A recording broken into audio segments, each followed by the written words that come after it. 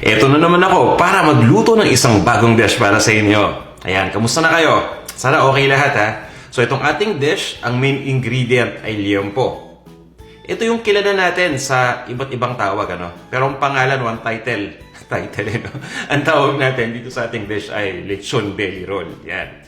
Yung iba, tinatawag tong crispy lechon belly o belechon at kung ano-ano pa. So para ngayon, ang tawag natin dito ay lechon belly roll. Ganyan lang kasimple. Yan. At ito itutuloy na natin. Yung mga sangkap na gagamitin natin, ito na. Ito yung ating liempo o yung ating lechon belly. Ito yung magiging main ingredient, no? Pork belly, lechon belly. Ito yung ating liempo o yung pork belly. Ayan. Isang buong slab yan. Kung mamimili kayo nito sa palengke or sa supermarket, usually, may kasama pa tong ribs, no? So, ang ginawa ko, tinanggal ko lang yung mga buto. Kaya naman, nakikita nyo flat na ngayon at malinis ang tingnan. Kung mamimili kayo, i-request nyo na lang sa matadero doon sa butcher. Baka pwedeng tanggalin na lang yung mga buto-buto. Nang sa ganon, hindi na kayo mahirapan magtanggal. Para malinis na kagad. Okay? Ito naman yung tinatawag natin na dahon ng tanglad o lemongrass. Sa Pilipinas, itong dahon ng tanglad, medyo madahon. Parang ganito, no? Dito sa Amerika kasi, ito yung itsura ng dahon ng tanglad. Medyo matigas. Pero ganon din naman to, no? Ganon din yung amoy. Kaya makakatulong pa rin to sa ating gagawing dish. Ito naman yung scallion. Alam nyo ba tawag dito? Scallion o green onion o dahon ng sibuyas, di ba? Ganyan kasimple. Gagamitin natin to para din mag-add ng flavor at ng magandang aroma dito sa ating dish. Napakaraming bawang. Pumili kayo sa bawang. Nakakatulong ng malaki yung bawang para sa ating lulutuin. At ito, sibuyas na pula. Yan lang. At konting toyo. Gagamit tayo ng toyo.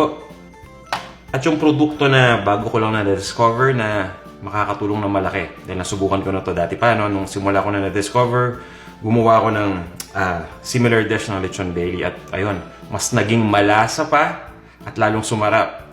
Ito yung Knorr na Savourich liquid seasoning. At ang gamit ko para sa episode na to ay yung pork. Okay? So gagamitin natin itong seasoning na to. At bukod dito, gagamit din tayo ng konting mantika. Okay, so ito na yung ating Savourich. At ito yung toyo. Yan lang yung dalawang ingredients na kailangan natin. Yung Savourich talaga yung magdadala. So, una kong gagawin, buksan muna natin itong ating Savourich. Maglalagay lang tayo ng seasoning dito, no? Yan. Tama-tama lang yung amount. Okay? At ito, napaka-concentrated nitong produktong to. No? So, huwag natin damihan masyado. Baka maalatan kayo. Yung tamang-tamang amount lang. At tingnan ninyo yung recipe natin para makita ninyo yung exact measurement. So, gagawin ko ay isi-spread lang natin. Kung parang mamasahiin lang natin. Yan. Ayos. Sarap ng pakaramdam nitong baboy na to. May namasahe pa. Alam nyo ba na itong baboy na to, dating siga to eh. Alam nyo kung bakit? Ito meron tayong reveal. Ayan, ang daming tato. Di, okay lang yan. Safe gamitin to. Ano lang to? Tatak lang to dun sa safety inspection. So, okay na okay yan. So, ganoon din ang gagawin natin sa opposite side. Maglalagay din tayo ng Savourich. Medyo konti lang dito sa side na to. At maglalagay ako ng toyo. Yan. Itong toyo naman ay nakakatulong para magbigay ng kulay dito sa balat ng baboy. Dahil nga, ang gagawin natin mamaya ay i-roast natin ito sa oven. So, magiging brown na rin yun. Pero kapag nilagyan natin ng toyo, mas magbabrown ng konti o magdadark ng konti pa. Babalik ka rin natin ulit. Para nung sa ganon, itong balat at yung toyo na nasa ibabaw, mapupunta dito sa ilalim. So yan, mas ma-absorb pa ng balat yung toyo. Yan yung gusto nating mangyari. Yan. So, okay na to. Papabayaan lang natin ng mga 30 minutes para ma-absorb mabuti ng karne. Yung nilagay nating seasonings. At ngayon naman, habang naghihintay tayo na ma-absorb to, ay hiwain na natin yung mga kailangan nating ingredients.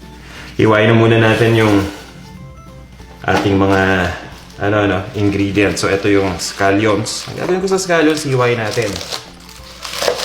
So, up to you kung paano nyo gustong hiwain, ha? Pwedeng diagonal, katulad nito, or pwedeng diretso lang. So, lilipat ko lang muna sa tray itong mga scallions natin. Ang susunod naman, lagyan na natin tayo dito sa harap. Ay itong lemongrass. So medyo matigas tong lemongrass. Isasayin lang natin yan. Tanggalin natin yung pinakadulong part. Ang hihiwain natin ay yung gitnang parts. Crush lang natin ng konti. Ayan. Kabilang muna natin. Pagsamasamahin na natin dito sa ating lalagyan. Ganoon din naman mamaya ilalagay din natin ito dito. Isa-stuff natin ito sa ating liempo. Hiwain na natin yung sibuyas. Maninipis na hiwa lang na sibuyas. Ito yung kailangan natin. Ha? Lagay lang din natin dito. Pag-hiwalay-hiwalay na natin. Kung gusto nyo para madali na mamaya. Tapos ito. Ang kabawangan. Sobrang daming bawang. So, kung matyaga kayo, babalatan natin yung bawang isa-isa. Or kung may mabibili naman kayo na nabalatan na bawang, mas okay yun. Para makakasave kayo ng konting time.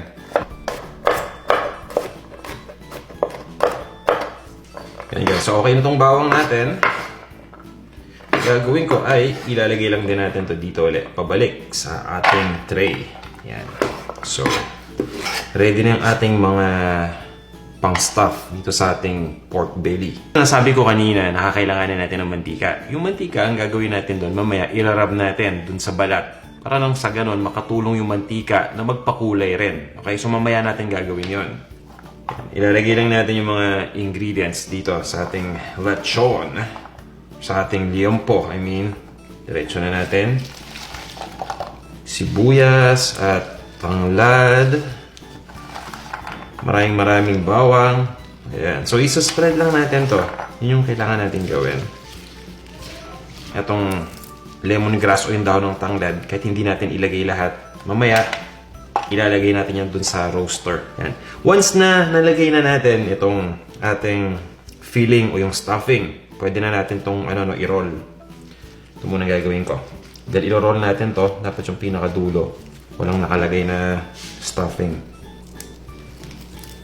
Pagtapos habang niro-roll natin, syempre may mahuhulog dyan. Ayusin na lang natin. Diba? Yan. So, dapat mas maganda kung iaano natin na ito. Medyo compressed na compressed. Kung may nahulog na stuffing dyan, okay lang. Lilipat natin do dito sa isang lalagyan. Tapos, isasama natin doon sa rack. Ilalagay natin sa rack. So, yan. Hulog naman, okay lang. Kukuha lang ako ng kitchen twine. Nakagamit na ba kayo ng kitchen twine? Ito yung karaniwang ginagamit kapag nagluluto ng morcon. Ito yung pinang-secure natin dun sa beef. At this point naman, dito sa ating dish, ito yung pang-secure natin ng lechon o ng pork belly. Yan. Dapat talaga secured na secured. At ito yung gagawin ko ay yung pinaka-basic lang. Instead na mahabang tali yung gagamitin, pinutol ko lang to. Para nang sa ganon, tag-isang tali. Para mas madali. O yan. Diba? Ganyan lang kasimple. Secure muna natin yung isang side. Pagkatapos yung kabilang side naman, yung gitna, ihuli na natin. Tapos kung kailangan pa natin magdagdag ng tali, o kung kailangan pa nating talian, para lalong mas secure, talian natin. Diba? Okay lang yan. Importante, hindi bubukas yung ating roll. Okay. Pitan na natin ng konti at ready na yan. Alright, so ang gagawin natin, tatanggalin lang natin yung mga sumusobrang tali, Puputulin lang natin. Gamit lang tayo ng kutsilyo. Okay? Kailangan ko lang itong lagyan ng mantika o ng oil. Kumbaga, mamasahin natin. Gamit ang mantika, diba? Oil or lotion. Ngayon, oil lang gagamitin natin. Kukunin ko lang. Yan, so mamasahin natin ng mantika itong ating pork belly. Naglagay lang ako ng tubig dito sa ating roasting na pan. Ayan. So, ang gagawin natin, ilipat natin lahat ng mga lemongrass, onion, green onion at bawang na natira dito sa ating tray. Yun. Ilalagay natin yung pork sa ibabaw. At yan, ready na tayo. O, diretso lang, ganyan kadali. Ayan. At ilalagay ko na to sa oven para ma-bake na. Or para ma-roast na. Ayan. Okay. Ikot ko lang to. At makita natin. Sisilip-silipin natin yan. Para makita natin yung development. Yan. Sasara na natin itong oven. So, ito yung idea. Yung temperature nito, paiba-iba. Yung unang oras, isiset lang natin ito to 350 Fahrenheit. At habang tumatagal, ini-increase natin yung temperature. Kailangan medyo mababa muna yung temperature para maluto ng tuluyan yung loob ng pork o yung loob ng pork belly. Kapag hindi natin ginawa yan at mataas na temperature kaagad, maluluto yung labas, yung loob, baka mahilaw. Ayaw natin mangyari yan. Nasa ikaunang oras na tayo at ito, gawa muna tayo ng basting sauce. Ito yung ibabrush natin. Okay, so ito yung toyo. Konting toyo lang at maglalagay tayo ng mantika. Yan lang. Okay? Haluin lang natin to. Ito nung brush ang pangahalo ko.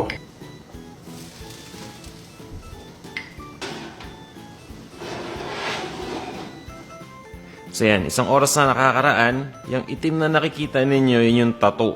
Yan na, yung kaninang mark, no? So okay lang yan. Edible naman yan.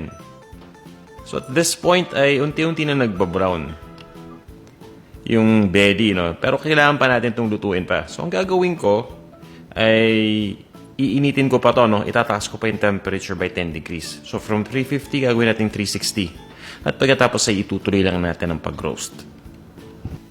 Yan, so ito na natin 2-hour mark. Silipin na natin. Kung medyo natutuyuan, maglalagay natin ng extra na tubig.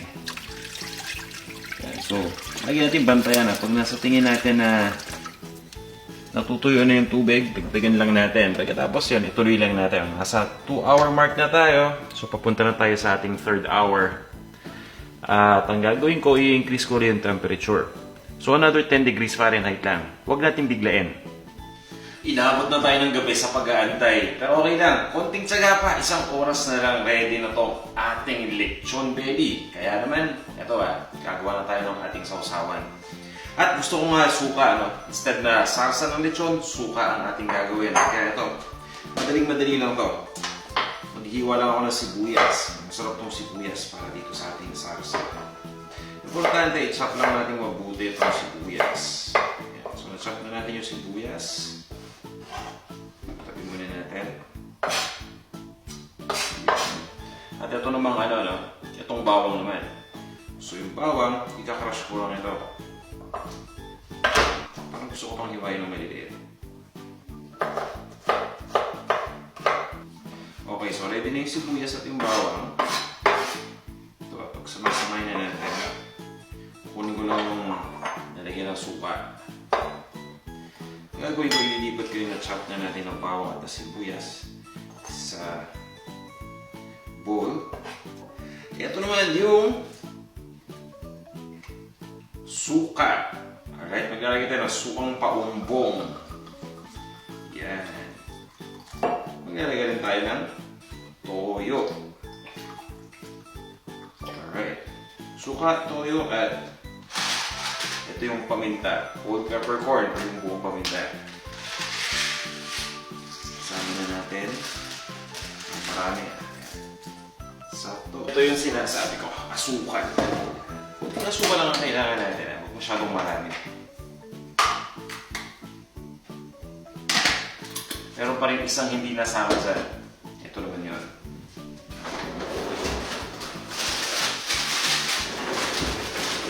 Sili. Okay? As in Thai chili pepper.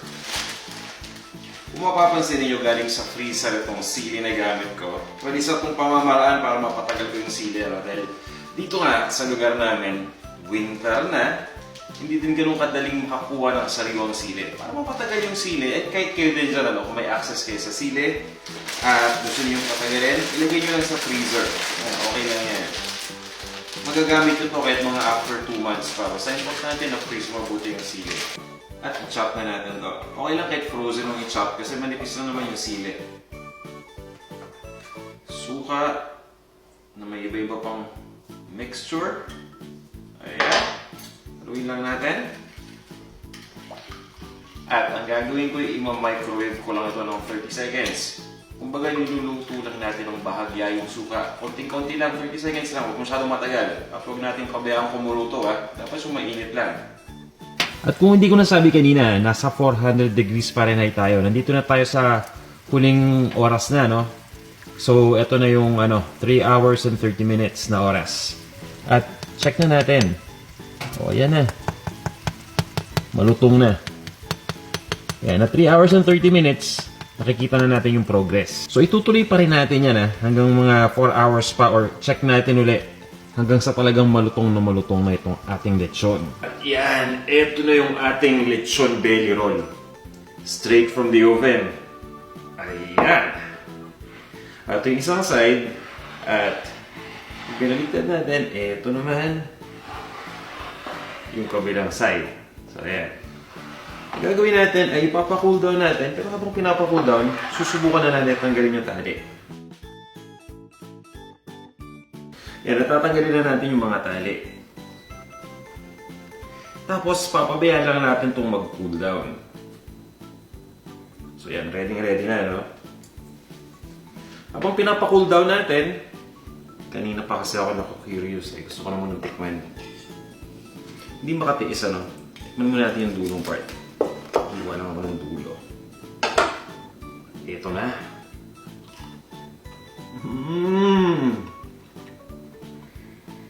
Wow.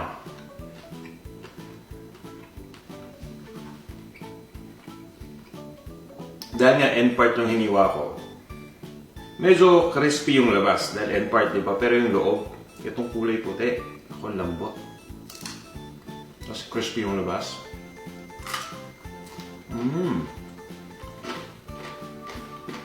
Okay.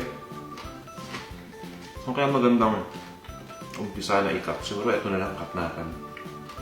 Yan talaga pag hindi makapag-diis slice na natin to. O may sample. Okay, ito na. Knock, o diba?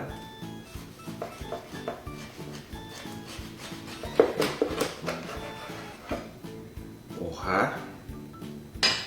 Nakita nyo naman yan. Kahit mainit pa, hawakan ko na para sa inyo.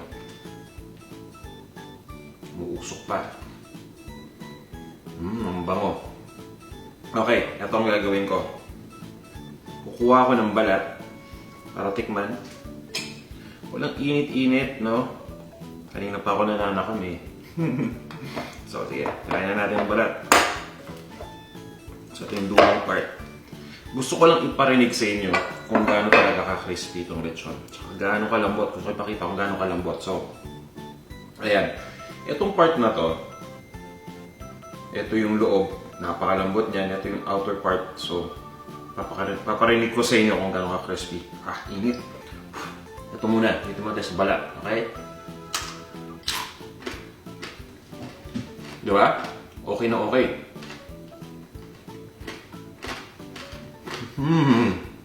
Wow. Sobrang crispy. Hindi ko na kailangan na-explain. Pakinggan nyo na lang. At malasa. Yun yung importante. Ito naman, yung sausawan natin. Wala naman nakatingin. Sasaw-saw ko na direkta. Single dip lang tayo. Yan, para matikman natin kung may sukang maanghang.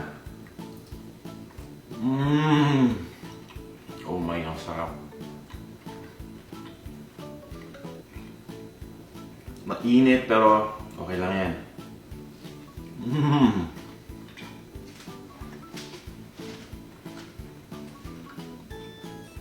Napakalasa. Di ba? Hindi tayo nag-asin, hindi tayo naglagay ng paminta, pero okay na okay. Ayan. Ito bonus na natin to. Bago pa magpasko, at least nandito na tong ating recipe, pwede nyo nang subukan. Pwede nyo din pagpraktisan. Tandaan niyo kailangan natin dito ng iba yung pasensya. Almost 4 hours natin itong ginawa. To be exact, 3 hours and 45 minutes ko itong ginawa. Pabago-bago ng temperature yung oven natin. Tandaan nyo na hindi tayo nag-stick lang sa isang temperature. At meron din tayong water bath, kumbaga, na nakatulong din para magpaluto ng balat. So yun yung purpose niyan, and at the same time yung aroma niyan, di ba? Nakakatulong para magbigay din ng magandang aroma sa ating lechon. Kaya guys, simpleng-simpleng gumawa ng ating lechon belly roll. Subukan nyo na itong ating recipe at huwag niyong kalimutang i-share tong video natin. Para naman mas marami tayong matulungan. Excuse me.